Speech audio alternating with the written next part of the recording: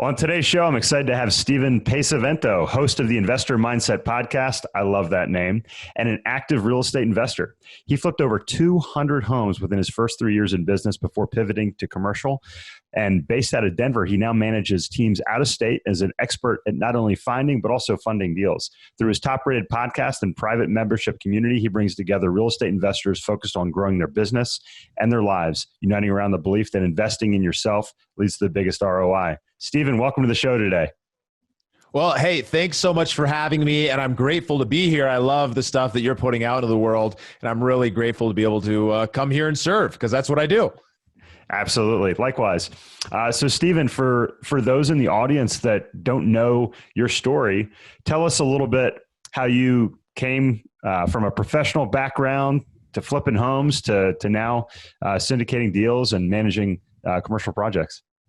Yeah. So, I think my story is similar to what a lot of folks are going through in life. I had read Rich Dad, Poor Dad at 17. So I got bit by the bug early, that book and, Tim Ferriss's 4-Hour Work Week and some stuff from Tony Robbins made a huge impact early, but I never took action right off the bat. Something always held me back from getting into the game. It took nearly a decade before I finally had my first deal under my belt from a purchase perspective. So, I went to a phenomenal university, St. John's University up in Minnesota, prestigious in the Midwest. And I graduated, I went right into management consulting. And I was making phenomenal money working with some of the biggest Fortune 500 companies and doing process improvement. So really, really getting deep into understanding how do things run and how can we make them run more effectively. And so I loved the role, but I mostly loved the title and I loved the paycheck, but it wasn't passionate about it because the folks around me weren't quite passionate about what they were doing. So many folks were showing up for that paycheck so they could spend more time with their kids on the weekend. And I thought to myself, there's got to be a better way. So I started down this path of searching from different company to different company, looking to find a way to kind of create that passionate environment. And so I was drawn towards tech, started working in the startup space, doing digital marketing, working for a number of different companies, starting my own, working on that for a year with some other graduates from Stanford, and what I would call a huge failure, but it was a huge lesson learned during that entire thing, and glad it was pre-raised before we raised that capital from other folks, so we didn't have people breathing down our neck if we weren't going to deliver. But coming full circle, when I finally dove into real estate, I went in head first. I said, you know what? Finally, now is the right time, and I burned the boats. And so when I finally dove in, I started investing in real estate. I remember jumping up off the couch saying, now is the time, and I'm deciding right now. And the big key takeaway for me in this whole thing was that once I made that decision, it was a foregone conclusion. It was happening, and I was there. But all the way up to this point, for all of those times that I went and looked at houses and made offers, and all those times that I thought about going down this path, I hadn't quite decided. And when I did decide, things, ended up working out really well. That first year went from 0 deals, never even owned my own personal home, all the way up to 75 houses my first year, 150 in 2, and 203 as we kind of scaled back and started focusing on multifamily. And it's such an interesting path to be able to go on, to be able to say, hey, I am going to go all in with everything I have to make this work. And when you go and do things like that in life, things start happening for you. Absolutely. And man, my hair started to stand up. You talked about Rich Dad, Poor Dad. I remember when I was in the bookstore in Charlottesville, Virginia, picked it up for the first time. Somebody actually said, hey, have you read this book? I was looking through the financial stuff. Tim Ferriss, 4-Hour Work Week. I talk about it in my book, how I kind of implemented a lot of those processes. And I imagine from a management consultant perspective, he kind of walks through a very similar thought process. But the one that really hit me was, and you said this, like talking about Tony Robbins, and Tony talks about taking massive action, Stephen. I want you to tell the audience when that decision was made, when you said, okay, I'm now going to shift from thinking about this to taking massive action, doing it. You said you jumped up off the couch. What inspired that? Well, what I'll say is that, I was in this place where I haven't shared this story a lot, but I was in this place where I was in incredible pain for about 2 years, a little bit longer than that. I had these awful headaches. They were tension and migraine style headaches that never went away. Every single day was waking up with a level 3 or a level 4 on a 10 pain scale. And if anybody has been in chronic pain or ever understood what that scale is, that's not a good way to live. And you end up starting to think and believe that there's no way out of this. And thank God I had stumbled on, to some of these amazing people like Tony Robbins. And I was just searching for a way that I could get rid of this pain, that I tried everything I possibly could, from, pain management specialists to physical therapists to acupuncturists to massage therapy to every single thing you could imagine in between. It was to a point where it was like self-medicating was the only way to be able to, socialize, interact, because there's always this pain there. And so I had almost come to this point of accepting it.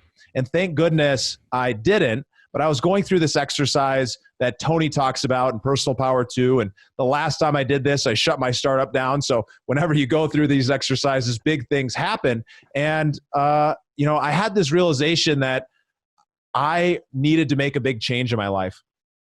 And fortunately for me, I had this spiritual experience. This healer did some of his magical work, and the headaches were gone. And I haven't ever gone back to that again. That's a story for another time. But what had happened there was that I had spent some time getting extremely clear on what it was that I wanted and why I wanted it. And so once I got really clear on the what, really, really clear on exactly what it was that I wanted to accomplish and why that was important to me, it ended up becoming an extremely easy decision to be able to look and say, that's exactly what I want. And so I need to find a way how to get there. And the how came after. The how was not something that I knew when I made that decision, but because I knew exactly what I wanted and why I wanted it, when I made that decision, it was a foregone conclusion. And you can start figuring out that plan of exactly what you're going to do after. And everything started kind of building from there. Well, I see your book in the background, Start With Why by Sinek, and that's another great book, Stephen. You said it's a story for another day, but I'd love to go a little deeper here. I talk about, in my book, the loss I experienced in my life. I lost my father at a very early age at 5, but a really impactful moment for me was when I lost my best friend. I just turned 19. He was only 18 years old, and it took me a little while to process through that, but that's when it hit me. I didn't wake up one day. I finished a bike race one day. That's what I was doing at the time. And it hit me. And I was like, this isn't what I'm supposed to be doing. I'm supposed to be honoring the life of my friend and getting the most out of this. Do you mind sharing a little bit about like what your why is and what drives you? Because what 75, 150, 200 homes, flipping those homes, for anybody in the real estate space, if you don't know that, that's a ton of work. What drove you to do that and get to the point where you are? Well, I think there is always this feeling of not enough growing up. And I think a lot of people can relate to that. Maybe it's not enough money. Maybe it's not being enough. If people are really true with themselves, it ends up coming down to just a handful of things that almost everybody has in common. Most people don't talk about it. Maybe they're not open-minded enough. They haven't gone deep enough to understand this stuff, but those who have, they end up coming to a point where they realize some of these things. And so there is this burning desire to live a life of success. And I look at my grandfather, who was very successful. He was a teacher originally. Then he started a Dairy Queen, and then he started and bought a insurance company and was very, very successful. And I grew up, my parents are both absolutely amazing people. We didn't grow up with a lot of money. My mom was and is a bartender. Now she owns a bar, so she's an entrepreneur on her own. But growing up without a lot, I always knew like, oh, well, that's the view of what the good life is. If I can be an entrepreneur, if I can build my own business, I can have the ability to get rid of all of the stress, all of the fear, all of those anxiety and emotions that go along with not having enough money in this case.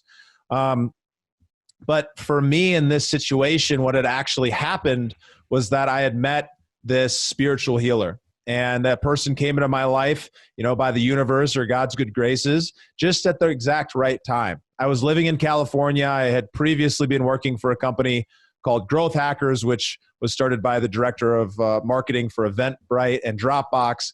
And I was sitting on the beach, and I was sitting with my friend, and we were there, and he mentioned that this person was going to be coming into town, and he wanted to know if he could stay with us. Well, he was coming from Richard Branson's island, where he was healing Richard, coming to work with Oprah and Maria Shriver. So long story short, this person does incredible work, stuff that I would have never believed in or been open to before my sister had kind of introduced me to this stuff because she was big into it. And then obviously having this experience, well, that person came in and he did some work, which is very difficult to explain, but the long and short of it is, coming out the other side, he essentially told me, well, Stephen, because you won't stop asking me what it is that I did, essentially your mind and your heart, or your mind and your soul, were out of alignment.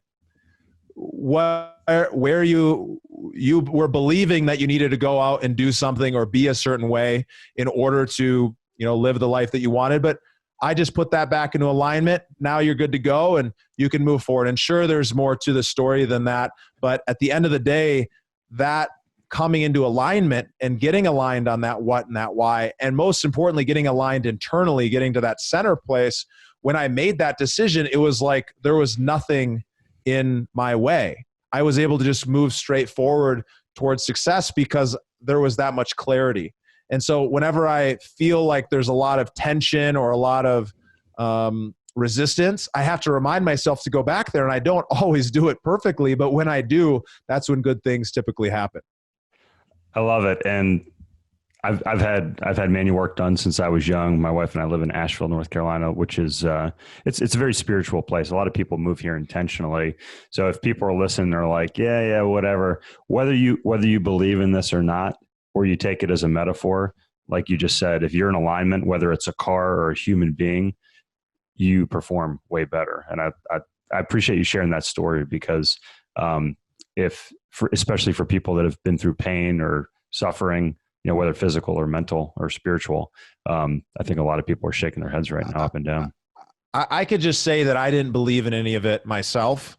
My sister passed away about 6 months ago, but she was which is obviously really tough, but she was a spiritual healer herself and big into massage therapy and all these things. And I'm a business person. I'm a logical person. I used to joke with her because she's my younger sister that this is this witchcraft, but she started doing this stuff on me while I was having, these terrible headaches, and it was giving me relief. Only a little bit. She didn't quite have the power that this person was bringing to the table, but thank goodness, because I had almost come to the point of just accepting that I wasn't going to be able to do thinking work because I couldn't use my brain. But bringing it back to real, did I lose you there? Oh no, I was just shaking my head. It's amazing. Yeah, it is. It's definitely a life changer. But bringing it back to real estate, what I was going to say was, at the end of the day, the most important thing that I can recommend to anybody is to get super clear on what they want and why they want it. And then they can put together an action plan about how to get there. And the key thing here is narrow focus, because I think so oftentimes people want to do everything, but then they're not very good at anything. I see it happen every time I go to a real estate meetup and I hear somebody tell me that they're doing more than one type of real estate at a time. Unless they're telling me that they're an absolute expert or they've been doing this for 20 years, I usually write them off or recommend that they go down a path to get more focused, because once you get focused, things really start happening in the right direction. I agree 100%, Stephen. So let's talk about, you were in single family, then you made the switch to multifamily. So going from one area of expertise to the other. And I just finished up your series on, or actually I'm in the middle of your series on single family versus multifamily. So tell the audience a little bit about why the switch. Yeah, well, I highly recommend you guys, if you want to listen to the series Chris is mentioning, head over to the Investor Mindset on your favorite podcasting app and go take a listen, or head over to the investormindset.com/multifamily, where we've got a whole list of resources available to you if you're looking to invest passively or actively and just learn more. And check it out. We'll put that in the show notes for everybody that's listening. Highly recommend it. So why did I make the switch? Well, I was flipping so many houses and wholesaling and running this big team, and had spent over $1 million in marketing in 2 years and had huge overhead, and was running this business where I was learning so much and I was growing so much, and the team's growing and we're making great money. But what I was also realizing was that I was getting farther and farther away, or I wasn't getting myself closer to that ultimate goal of building passive wealth, passive income. And I also realized that there was some limits in my ability to scale because of the type of business that I was in.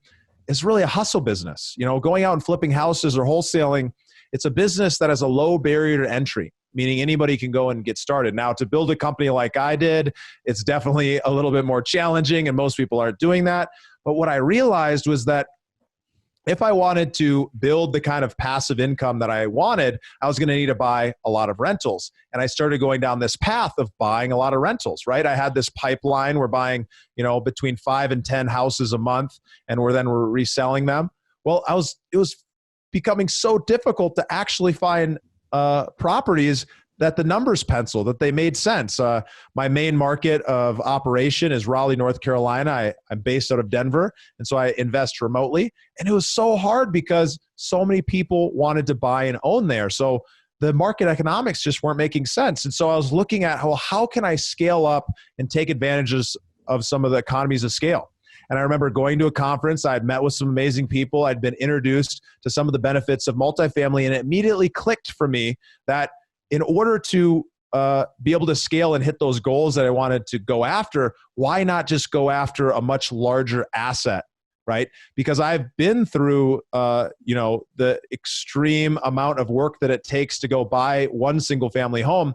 Why not go buy 100 units at once rather than go try to buy 100 single family homes? And so, I essentially had this realization, instantly realized that this was going to be the future of our focus at Von Finch Capital and for the investor mindset. But I wasn't going to just make a rash decision and shut everything down. So over about a year's time, I slowly ramped back my production on the single family front and essentially have stopped flipping houses altogether. We still wholesale a few deals here or there. We still work with sellers buying their home and selling them to other real estate investors, but we've stopped flipping because we just realized there's so many advantages on the commercial side. Why not just jump into that space and go and partner with people who have a lot of experience, the same way I was able to scale up in single family, but just moving over to the commercial side. I couldn't have said it better myself. For anybody that listens to the show regularly, they know we're big fans of multifamily here. I talk about in my book the reasons that I moved from single family like you, Stephen, into multifamily. But what were you mentioned talking about scaling up, management. What are the 3 things that if you're talking to somebody that says, hey, should I flip homes like you, or should I get into multifamily? What were your reasons for getting into multifamily specifically? Yeah, I mean, here's the thing. If you are, regardless of what type of real estate you're interested in, there's benefits to multifamily and there's benefits to single family. I think one of the big benefits to single family is that it's easy to get started and there's a low barrier to entry. Most people have lived in a home that they've rented. Maybe they've owned a home themselves. They're able to understand that asset because it's something that they've personally gone through. Everybody's lived somewhere at some point. But the difference is once you get past that first or second or third single family deal, you quickly realize that the ability to scale is going to be pretty tough and that you're really not able to set up anything in a passive perspective. So one of the big advantages that drew me to multifamily is that, the barrier to entry is higher. So that means it's going to knock out a lot of folks who are just thinking about jumping in and trying to, swim with the sharks per se, because the type of folks who are succeeding in multifamily, these are elite investors. And so one of my philosophies has always been focus on my strengths. And I look for other people who are absolute experts. And so what we've done is we've essentially partnered with phenomenal operators who've got 5, 10, 15 years of experience or more in this space. And we're able to bring a lot of value to the table because we're absolute experts at marketing. We've got this phenomenal thought leadership platform that brings in a lot of folks. And on the asset management side, there's some incredible things that you can do marketing wise that old school folks they're not really aware of. So when we can find synergies and come together, it makes a really great opportunity for our investors. Happy to go more into some of the upsides of multifamily if you got a specific question for me, Chris. Yeah, well, I encourage everybody to listen to your series because that really goes through a lot of that. I'd actually love to hear more about how you've built out your coaching program, Stephen, and talk about the Investor Mindset podcast and your goals on there, because I told this is what resonated with me. I have two boys, 8 and 10, and I tell them your thoughts become words, become actions, and you have something similar that you say on the Investor Mindset. You mind sharing that?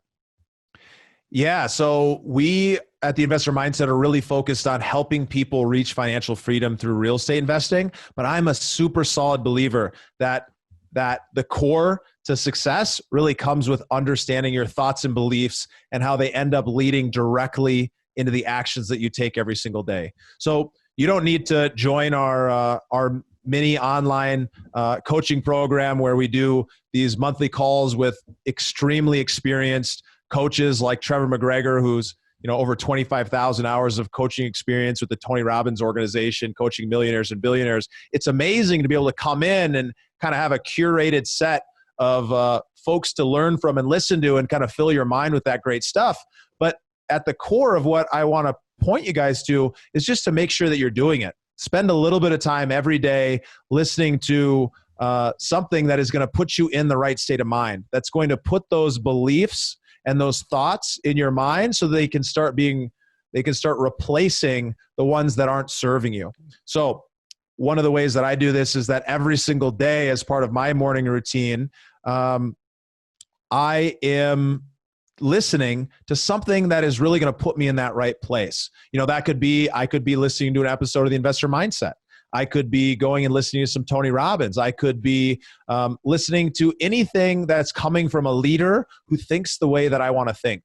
And we can essentially install those thoughts into our brain so that we can make really, really big things happen. And if you guys are interested, after interviewing over 100 people on the Investor Mindset podcast, thought leaders like Chris Voss from Never Split the Difference, Jay Papasan, author of The One Thing, Joe Fairless, Rod Khleif, all types of phenomenal investors. What I realized was that there is just 5 core principles, 5 things that end up making up the successful investor.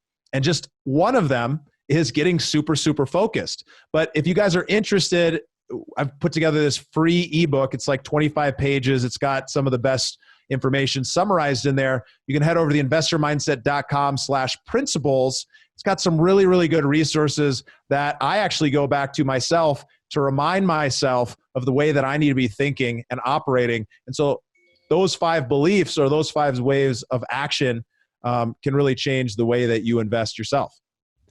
I'm going to pick that up. We're going to put that in the show notes as well. For anybody that's interested in getting that, again, what's the website again, Stephen? Theinvestormindset.com/principles. Investormindset.com.